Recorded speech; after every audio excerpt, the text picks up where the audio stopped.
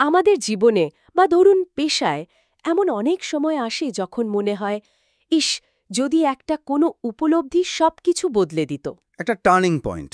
একদম, একটা মোড় যা পুরো যাত্রার দিকটাই হয়তো পাল্টে দেয়। আজকের আলোচনাটা ঠিক এই রকমই একটা আইডিয়া নিয়ে। আমাদের হাতে আছে the digital turning point for business success, বইটির কিছু অংশ। এখানে লেখক দাবি করছেন যে ব্যবসায়িক সাফল্যের জন্য শুধু কৌশল জানলেই হবে না, একটা বিশেষ মানসিক পরিবর্তন দরকার। একটা টার্নিং পয়েন্ট। হ্যাঁ, তো আজকের মিশন হল এই ধারণাটার একটু গভীরে যাওয়া। মানে এটা কি সত্যি একটা কার্যকরী দর্শন, নাকি শুধুই একটা আকর্ষণীয় মোটিভেশনাল কথা? ঠিক। আমরা শুধু সারসংক্ষেপ করব না, বরং এর প্রত্যেকটা দাবিকে একটু বিশ্লেষণ করে দেখব যে এর পেছনের যুক্তিটা কতটা মজবুত। চলুন শুরু করা যাক। চলুন। আচ্ছা, বইয়ের এই অংশের শুরুতেই একটা খুব বলা যায় সাহসী দাবি করা হয়েছে।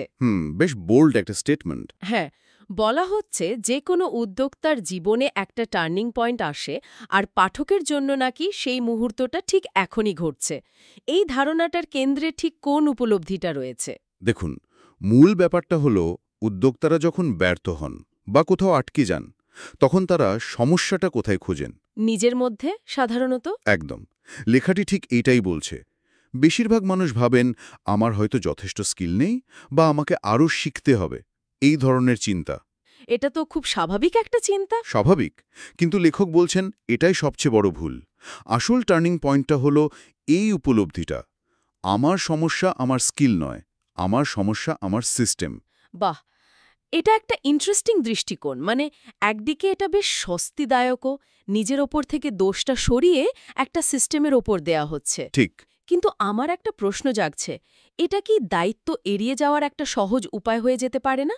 মানে আমার কোনো দোষ নেই, আমার সিস্টেমটাই খারাপ, এই কথাটা বলে আসল সমস্যা থেকে কি চোখ ফিরিয়ে নেওয়া হচ্ছে? খুব ভালো একটা প্রশ্ন। আর আপাত দৃষ্টিতে এটা মনে হতেই পারে, কিন্তু লেখক এখানে ঠিক উল্টো কথাটাই বোঝাতে চেয়েছেন। আচ্ছা। এটা দায়িত্ব এড়ানো নয়, বরং সঠিক জায়গায় দায়িত্ব নেওয়ার কথা বলা হচ্ছে। একটা উদাহরণ দিই। ধরুন, একজন খুব দক্ষ শেফ, কিন্তু তাকে একটা ভাঙা ওভেন দেওয়া হলো। রান্নাটা তো খারাপ হবেই। হওয়ার সম্ভাবনাই বেশি। এখন তিনি যদি ভাবেন আমিই খারাপ শেফ, তাহলে তিনি হয়তো আরও 10টা রান্নার কোর্স করবেন, কিন্তু ফলাফল একই থাকবে। ঠিক। কিন্তু যদি তিনি বোঝেন যে সমস্যাটা তার স্কিলে নয়, ওভেনে, মানে সিস্টেমে, তখন তিনি ওভেনটা সারানোর দিকে মনোযোগ দেবেন। বোঝা গেল। এখানেও তাই। লেখকের বক্তব্য হল নিজের স্কিল বাড়ানোর পেছনে না ছুটে যে কাঠামোর মধ্যে থেকে কাজটা হচ্ছে সেটাকে উন্নত করার দিকে মনোযোগ দেওয়া উচিত। এটা আসলে অনেক বেশি কার্যকর। তার মানে ফোকাসটা ব্যক্তিগত ব্যর্থতা থেকে সরিয়ে একটা বস্তুনিষ্ঠ সমাধানযোগ্য সমস্যার দিকে নিয়ে আসা হচ্ছে। একদম। আচ্ছা, এই মূল ধারণাটাকে আরও মজবুত করতে লেখাটিতে আরও দুটো উপলব্ধির কথা বলা হয়েছে। প্রথমটা হলো, আমি যদি অনলাইনে শক্তিশালী হই, তাহলে আমিও প্রতিদিন লিড পেতে পারি। এটাকে কিভাবে ব্যাখ্যা করা যায়? এটা হলো ওই যে আমরা সিস্টেমের কথা বললাম, হ্যাঁ। সেই বিমূর্ত ধারণাটার একটা বাস্তব উদাহরণ। সিস্টেম ভালো করতে হবে, এই কথাটা তো বেশ ভারী কি শোনায়, কিন্তু এর মানে কি? ঠিক। মানেটা কি? লেখক বলছেন, একটা শক্তিশালী অনলাইন সিস্টেম মানে হল এমন একটা ব্যবস্থা তৈরি করা যা আপনার হয়ে প্রতিদিন সম্ভাব্য গ্রাহক বা লিড খুঁজে আনবে। যেমন একটা ভালো ওয়েবসাইট, সোশ্যাল মিডিয়াতে ভালো কন্টেন্ট বা একটা অটোমেটেড ইমেল সিস্টেম। এই উপলব্ধিটা উদ্যোক্তাকে শিকারীর ভূমিকা থেকে মুক্তি দেয়। ইন্টারেস্টিং। শিকারী থেকে চুম্বক হয়ে ওঠা। বাহ, সুন্দর বলেছেন। তাকে প্রতিদিন নতুন গ্রাহকের জন্য ছুটতে হয় না, বরং সিস্টেমটাই চুম্বকের মতো গ্রাহককে আকর্ষণ করে। এটা শুধু স্বপ্ন নয়, এটা একটা কার্যকরী ডিজিটাল সিস্টেমের স্বাভাবিক ফলাফল। আর দ্বিতীয় উপলব্ধিটা তো আরও নাটকীয় লাগছে, বেশ চূড়ান্ত শোনায়। আমার বিজনেসের ফিউচার অফলাইনে নেই, এটা অনলাইনেই আছে। এটা তো একটা বিশাল বড় দাবি। হ্যাঁ, এটা একটা বড় স্টেটমেন্ট। কিন্তু এটা কি সব ধরনের ব্যবসার জন্য সত্যি? ধরুন একটা লোকাল কফি শপ, যার মূল আকর্ষণ তার পরিবেশ আর কফির গন্ধ। বা একটা হাই এন্ড টেলারিং দোকান, যেখানে কাস্টমারের সাথে ব্যক্তিগত সম্পর্কটাই আসল, তাদের ভবিষ্যৎ কি শুধু অনলাইনেই? অফলাইন অভিজ্ঞতার কি তাহলে কোনো মূল্যই থাকবে না? চমৎকার প্রশ্ন। আর এখানেই এই ধরনের বইয়ের একটা ঝুঁকি থাকে, যাকে বলে জেনারেলাইজেশন। ঠিক। লেখকের এই কথাটা আক্ষরিক অর্থে নিলে ভুল হবে। কোনো লোকাল কফি শপের ব্যবসা নিশ্চয়ই শুধু ওয়েবসাইটে চলবে না। তাই তো। কিন্তু এর গভীরে যে বার্তাটা আছে সেটা হলো, আপনার ব্যবসা যতই অফলাইন কেন্দ্রিক হোক, এর বৃদ্ধি, স্থায়িত্ব এবং ভবিষ্যৎ গ্রাহকদের কাছে পৌঁছানোর পথটা ডিজিটাল জগতের মধ্যে দিয়েই তৈরি হবে। আচ্ছা, মানে সাপোর্টিং সিস্টেম হিসেবে। একদম। ওই কফি শপটা হয়তো ইনস্টাগ্রামে তার কফির ছবি দিয়ে বা একটা লোকাল ফুড ব্লগারের মাধ্যমে পরিচিতি পাবে। ওই টেলার হয়তো হোয়াটসঅ্যাপের মাধ্যমে তার পুরনো ক্লায়েন্টদের সাথে সম্পর্ক রাখবে। বুঝতে পারছি। লেখকের ভবিষ্যৎ অনলাইনেই আছে বলার অর্থ সম্ভবত এই যে, অফলাইন ব্যবসাকেও টিকে থাকতে হলে একটা শক্তিশালী অনলাইন উপস্থিতি বা ডিজিটাল স্ট্র্যাটেজি ছাড়া আর কোনো উপায় নেই। অফলাইন অভিজ্ঞতাটা প্রোডাক্ট, কিন্তু তার মার্কেটিং আর কাস্টমার পাওয়ার ইঞ্জিনটা হবে অনলাইন। তার মানে এটা একটা আইদারর পরিস্থিতি নয়, বরং একটা সমন্বয়ের কথা বলা হচ্ছে। ঠিক তাই, অনলাইন আর অফলাইন একে অপরের পরিপূরক। আচ্ছা, এই কৌশলগত দিকগুলোর পাশাপাশি লেখাটিতে কিন্তু খুব আবেগঘন ভাষার ব্যবহারও চোখে পড়ার মতো। যেমন নিজের ভেতরের ফায়ার আবার অনুভব করতে শুরু করেন, বা আপনার স্বপ্ন এখনও বেঁচে আছে। হ্যাঁ, একটা ব্যবসায়িক বইতে এত আবেগের ব্যবহার কেন? এটা কি শুধু পাঠককে আকৃষ্ট করার একটা কৌশল? আমার মনে হয় এটা শুধু কৌশল নয়, এটা এই বার্তার একটা অবিচ্ছেদ্য অংশ। কিভাবে? দেখুন, ব্যবসা তো শুধু লাভ ক্ষতির হিসাব নয়। বিশেষ করে ছোট উদ্যোক্তাদের জন্য এটা তাদের স্বপ্ন, আবেগ, পরিচয়ের একটা অংশ। ঠিক। দিনের পর দিন ব্যর্থ হতে থাকলে শুধু তো আর্থিক ক্ষতি হয় না, আত্মবিশ্বাসও একদম কমে যায়। ভেতরে সেই আগুনটা নিভে যেতে শুরু করে। হুম। লেখক এখানে সেই মনস্তাত্ত্বিক দিকটাতেই টাচ করেছেন। যখন একজন উদ্যোক্তা বুঝতে পারেন যে সমস্যাটা তার নিজের নয়, সিস্টেমের, তখন তিনি শুধু একটা ব্যবসায়িক সমাধানই পান না, তিনি একটা মানসিক মুক্তিও পান। আচ্ছা, তাহলে আমি ব্যর্থ নই, এই অনুভূতিটা। একদম, আমার স্বপ্নটা এখনও সম্ভব। এই টার্নিং পয়েন্ট তাই শুধু একটা লজিক্যাল সিদ্ধান্ত নয়, এটা একটা মানসিক পুনর্জাগরণ। সঠিক সিস্টেম শুধু ব্যবসাকে ট্র্যাকে ফেরায় না, এটা উদ্যোক্তার হারিয়ে যাওয়া উদ্যম আর স্বপ্নকেও ফিরিয়ে আনে। ব্যবসার পুনরুজ্জীবন আর ব্যক্তিগত আত্মবিশ্বাসের পুনরুজ্জীবন দুটো একসাথে ঘটছে। এটা একটা শক্তিশালী ধারণা। হুম। এরপর লেখক একটা সুন্দর রূপক ব্যবহার করেছেন। এই পুরো উপলব্ধিটাকে একটা চাবির সাথে তুলনা করা হয়েছে, যা একটা নতুন দরজা খুলে দেয়। হ্যাঁ, রূপকটা বেশ আকর্ষণীয়। তো ওই নতুন দরজাটার ওপারে ঠিক কী ধরনের প্রতিশ্রুতির কথা বলা হয়েছে? ওই দরজার ওপারের জগতের একটা খুব পরিষ্কার আর বলা যায় লোভনীয় একটা চিত্র দেওয়া হয়েছে। এটা একটা দারুণ কৌশল।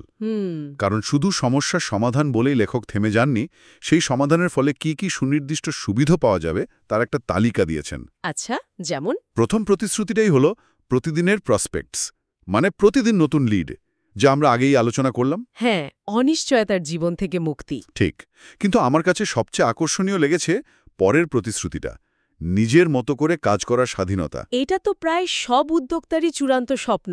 একদম। কিন্তু একটা ভালো সিস্টেম কিভাবে এই স্বাধীনতা এনে দিতে পারে? বেশিরভাগ সময় তো দেখা যায় ব্যবসা যত বড় হয়, উদ্যোক্তা ততই ব্যবসার দাসে পরিণত হন। এখানেই তো সিস্টেমের জাদু। ব্যবসার দাসে পরিণত হতে হয় তখনই যখন সব কাজ উদ্যোক্তাকে নিজে করতে হয়। যখন তিনি সেলসম্যান, তিনি মার্কেটিং ম্যানেজার, তিনি কাস্টমার সাপোর্ট, সবকিছু।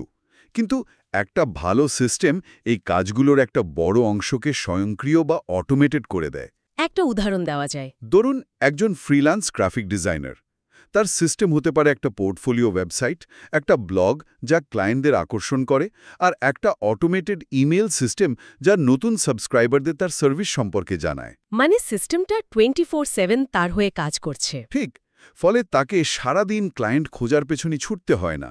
আর এটাই আমাদের পরের পয়েন্টে নিয়ে আসে, উইদাউট চেসিং বিজনেস বিল্ডিং। এই চেসিং বা ব্যবসার পেছনে ছোটার ধারণাটা থেকে মুক্তি। এর মানে কি এই যে কোনো পরিশ্রমই করতে হবে না? না না, তা নয়।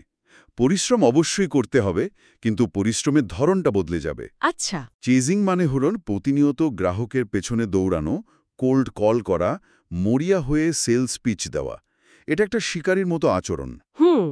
এর বদলে সিস্টেম নির্ভর ব্যবসার ধারণাটা হল আকর্ষণ তৈরি করা, চুম্বকের মতো হয়ে ওঠা। যেখানে গ্রাহক নিজেই আপনার কাছে আসবে। একদম। পরিশ্রমটা তখন হবে সেই চুম্বক বা সিস্টেমটাকে তৈরি এবং উন্নত করার পেছনে, গ্রাহকের পেছনে দৌড়ানোর পেছনে নয়। কন্টেন্ট তৈরি করা, ব্র্যান্ড ভ্যালু বাড়ানো, এই কাজগুলোতে সময় দিতে হবে। এটা হয়তো স্বল্পমেয়াদে বেশি কঠিন। হ্যাঁ, কিন্তু দীর্ঘমেয়াদে এটা সেই কাঙ্ক্ষিত স্বাধীনতা এনে দেয়। আর এই সব কিছুর চূড়ান্ত পরিণতি হল শেষ প্রতিশ্রুতিটা, একটা সিস্টেম যা নিজে নিজে কাজ করবে এবং সেই জীবনযাত্রা এনে দেবে যা প্রাপ্য। এটা তো প্রায় প্যাসিভ ইনকামের মতো শোনাচ্ছে। এক্কেভাবে।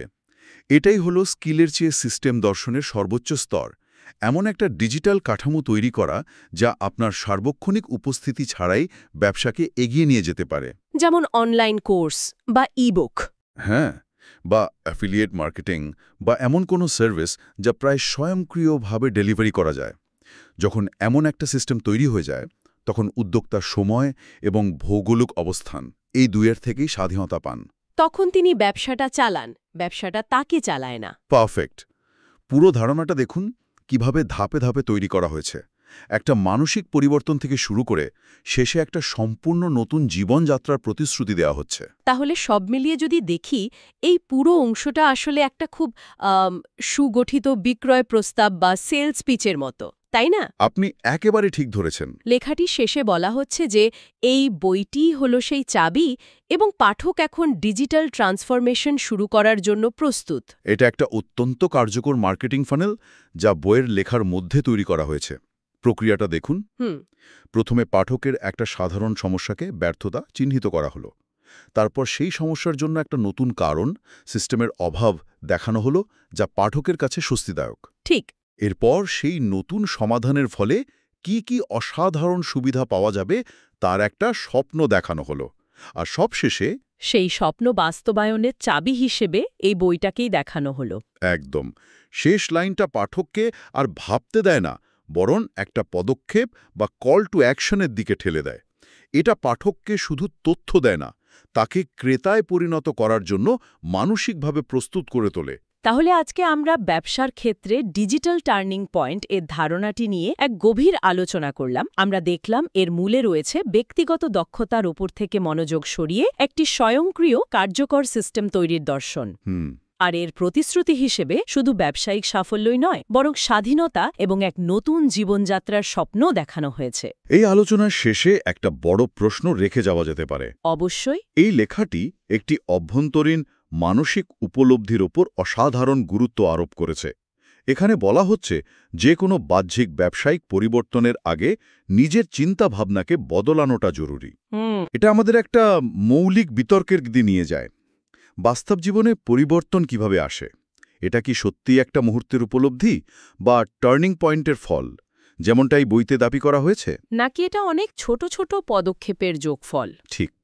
নাকি এটা হাজার হাজার ছোট ছোট পদক্ষেপ, ক্রমাগত চেষ্টা, পরীক্ষা নিরীক্ষা আর অসংখ্য ব্যর্থতার যোগফল? এই টার্নিং পয়েন্টের ধারণাটা কি আমাদের সাফল্যের জন্য প্রেরণা যোগায়, নাকি এটা সাফল্যের পেছনের কঠিন এবং দীর্ঘ বাস্তবতাকে একটু বেশি সরল করে দেখায়? এটা একটা ভাবার মতো প্রশ্ন। এই প্রশ্নটা শ্রোতাদের ভাবার জন্য রেখে গেলাম।